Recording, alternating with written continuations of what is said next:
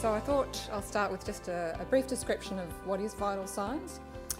So Vital Signs is a comprehensive community report on key indicators assessing the quality of life, health and wellbeing of residents in our city, in this case Melbourne. As Catherine said, it was originally an initiative of the Toronto Community Foundation in 2001. And there are now 27 Vital Signs reports across Canada. Melbourne Vital Signs identifies current and emerging community issues in the areas of homelessness, ageing, youth, food security, environment, arts and health. So why has the Foundation decided to go down this path of creating a Vital Signs report? Well, Vital Signs helps community foundations to increase the effectiveness of their grant making, better inform donors about issues and opportunities in the community. It makes connections between individuals and groups to address those issues. It makes data accessible to the community. And we hope it will increase involvement, interest and awareness of current issues. So I just thought I'd talk briefly about the approach that we took with the report.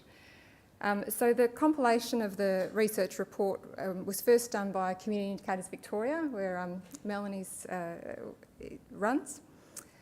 We then looked at the synergies between that research and the Foundation's granting areas, particularly so we could offer opportunities for donors to support areas which are of most concern or of interest to them. Workshops with Community Indicators Victoria and Foundation staff were then held to agree on the most appropriate indicators across those impact areas. And then Foundation staff wrote drafts for each of those sections based on their expertise and the chosen indicators. There's been quite a number of iterations in between the Foundation and University of Melbourne, which has been fantastic. And then Suzanne, our communications manager and the communications team, had the very hard task of cutting back what we developed for the final summary report. So what have we learned as a foundation? The partnership with Community Indicators Victoria has been absolutely key to this process. In terms of the greatest areas of difficulty, I'd have to say choosing which indicators to use. There's a lot of information out there, a lot of data. It was really difficult deciding which were the most important for the community. Access to recent data, area-based effects and broad geographic scale and time, and I'm going to ask Melanie to elaborate on all of those. But the greatest benefit so far for the Foundation has been the learnings of working with the University of Melbourne Community Indicators Victoria on this report. So I'll just hand over to her. Thank you, Anita. So, like you said, Claire, I got 3 minutes. So I've turned to paper this time. I don't normally actually write to speak, but I've done it in my attempt to stay within the time frame. So thank you, Anita. Now I'll get my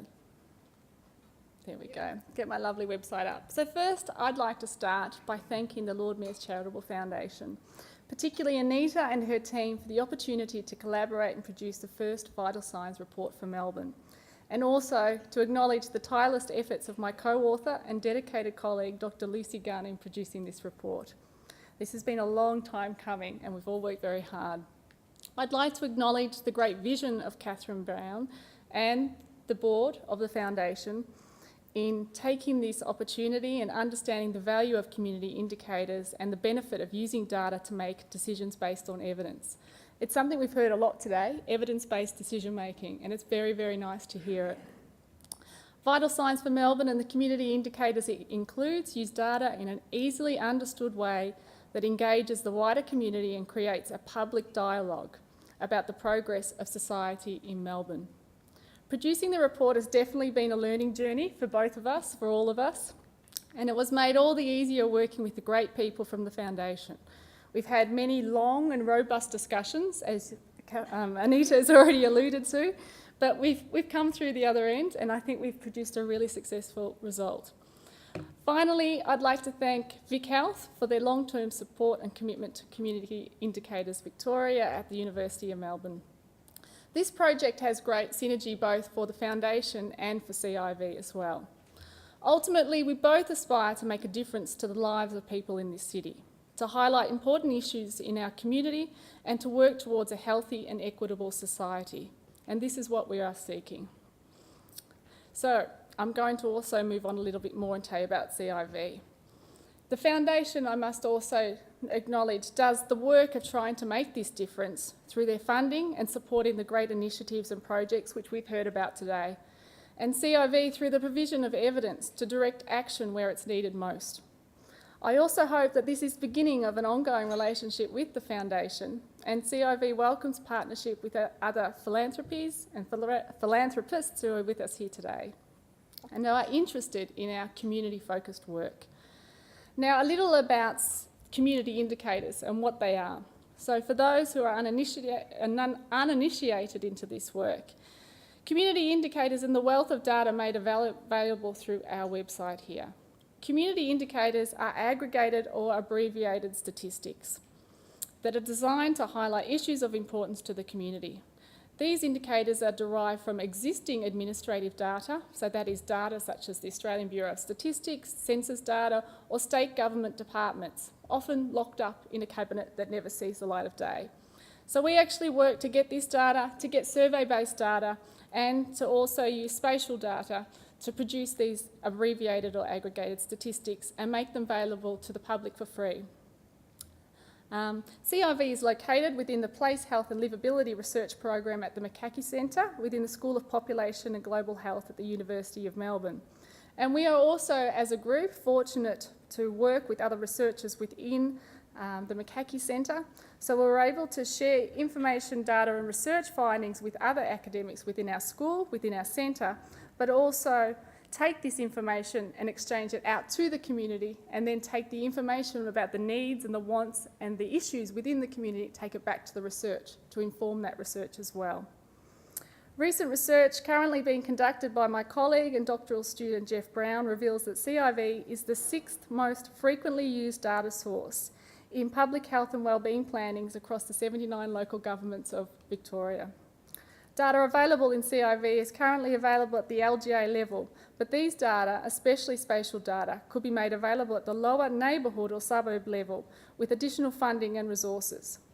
The data available in CIV are used in 3 major ways. Oh, they've gone, sorry.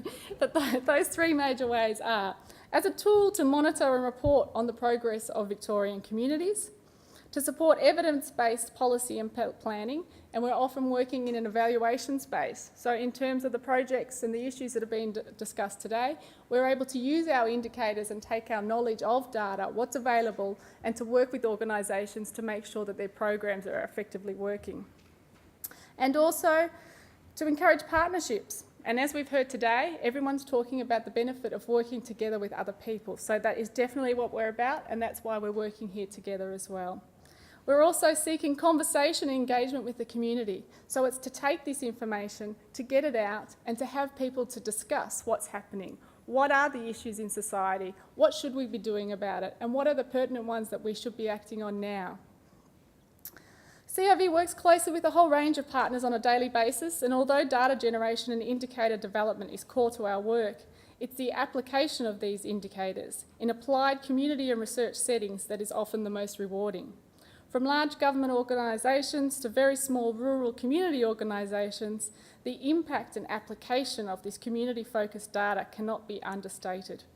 Community indicator systems are designed with communities for communities to highlight areas of strength and areas of improvement, just as they are in this new Vital Signs for Melbourne. So please, next Thursday, the 4th of December, our Vital Signs will be launched. It will be available as an insert in the Age newspaper. So I invite you to have a discussion. Look at the results. Look at the progress of our city. Look at the issues we need to be working on and talk about them. Talk to your friends, talk to your family. That's exactly what we're trying to do with this work. Thank you.